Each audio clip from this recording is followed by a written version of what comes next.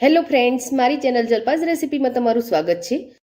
જ્યારે હલકી ભૂખ હોય કે પછી બાળકોને લંચ બોક્સમાં આપવું હોય તો તેના માટે આજનો આ નાસ્તો બેસ્ટ છે। આજનો આ નાસ્તો બનાવવા માટે આપણે પેનમાં 1 વાટકી જેટલું પાણી લઈશું અને તેમાં 2 ચપટી જેટલું મીઠું એડ કરી લઈશું।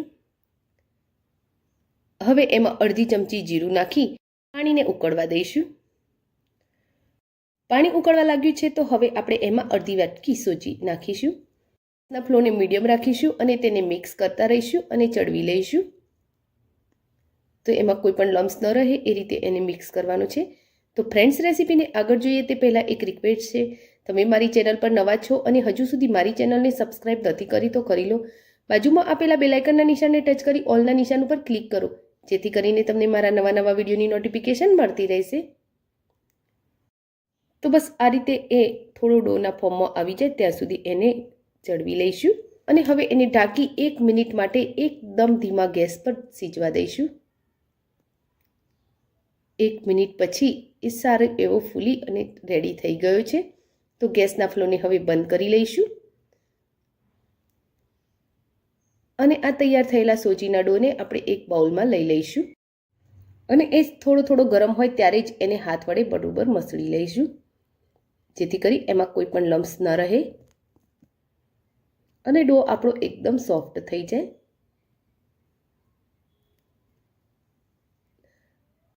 હવે એમાં 1 નંગ ઝીણું સમારેલું ટામેટું, 1 નંગ ઝીણી સમારેલી ડુંગળી, 2 થી 3 નંગ ઝીણા સમારેલા લીલા મરચાં અને 2 બાફેલા બટેકાને ખમણી એડ કરી લઈશું। તો બટેકાને બાફી મેં ઠંડા કરી લીધા છે, તો એને આ રીતે આપણે ખમણી લઈશું યા તો પછી એકદમ મેશ કરી લઈશું। હવે એમાં અડધી ચમચી ચાટ મસાલો, અડધી ચમચી ચીલી ફ્લેક્સ, 2 ચપટી જેટલું મીઠું અને થોડા લીલા ધાણા એડ કરી લઈશું અને તેને સારી રીતે મિક્સ કરી એનો ડો તૈયાર કરી લઈશું।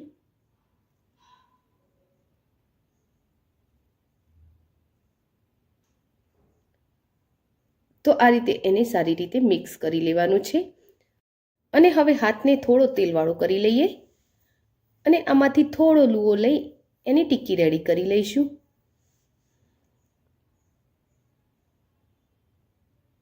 તો ટિક્કીની આ સાઈઝ પરફેક્ટ છે, તમારે મોટી રાખવી હોય તો પણ રાખી શકો છો અને એને જે શેપ આપવો હોય એ શેપ પણ આપી શકો છો।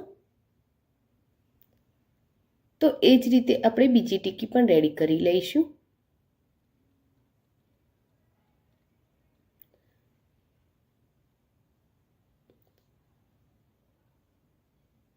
તો આમ આપણે બધી જ ટિક્કી રેડી કરી લઈશું। ટિક્કી રેડી કર્યા બાદ આપણે એક બાઉલમાં 3 ચમચી ઘઉંનો લોટ લઈશું, તેમાં અડધી ચમચી ચીલી ફ્લેક્સ, થોડા લીલા સમારેલા ઝીણા ધાણા અને 2 ચપટી જેટલું મીઠું એડ કરી લઈશું। હવે એમાં થોડું પાણી નાખી એનું પાતળું બેટર રેડી કરી લઈશું। તો એમાં કોઈ પણ લમ્સ ન રહે એ રીતે એનું બેટર રેડી કરવાનું છે આપણે।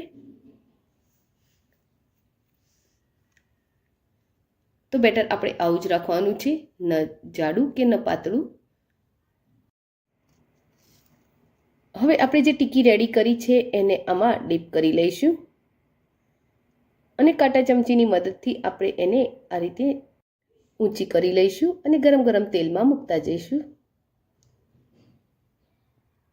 તો આ નાસ્તાને આપણે સેલો ફ્રાય કરવાના છીએ, તો એના માટે 2 ચમચા જેટલું આપણે તેલ ગરમ કરી લઈશું અને પેનમાં સમાય એટલી ટિક્કી એમાં મૂકતા જઈશું। તો લગભગ પેનમાં 7 થી 8 ટિક્કી આસાનીથી સમાઈ જશે।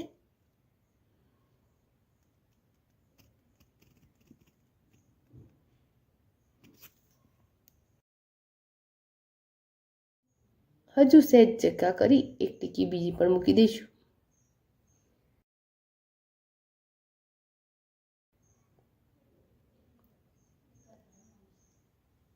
અને હવે એક ચમચીની મદદથી ગરમ તેલ ટિક્કી ઉપર રેડી જઈશું।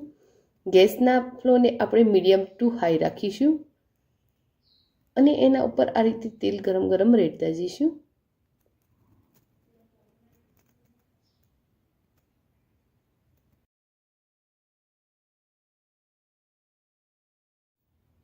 અને એનું ઉપરનું લેયર જ્યારે એકદમ આ રીતે ડ્રાય થઈ જાય ત્યાર પછી આપણે એને પલટાવી લઈશું.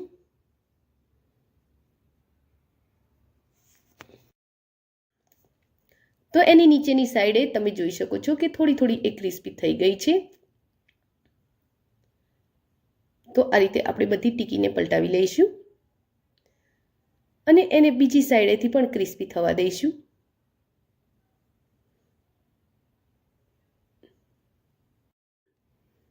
તો જરૂર લાગે તો આપણે એને 1 થી 2 વાર પલટાવી અને બંને સાઈડેથી સારી એવી ક્રિસ્પી કરી લઈશું. અને જ્યારે એ બંને બાજુથી સરસ એવી ક્રિસ્પી થઈ જાય એટલે આપણે એક એક કરી એને નીચે ઉતારી લઈશું. તો હવે આપણી આ ટીકી રેડી થઈ ગઈ છે. તો એને બહાર લઈ લઈએ અને આ જ રીતે આપણે બીજી બેચ પણ એની રેડી કરી લઈશું.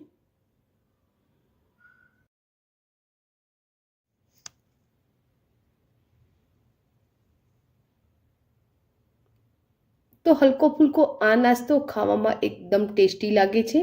બાળકોને તમે લંચ બોક્સમાં પણ આપી શકો છો અને જ્યારે બી હળવી ભૂખ હોય ત્યારે બનાવી અને ખાઈ શકો છો.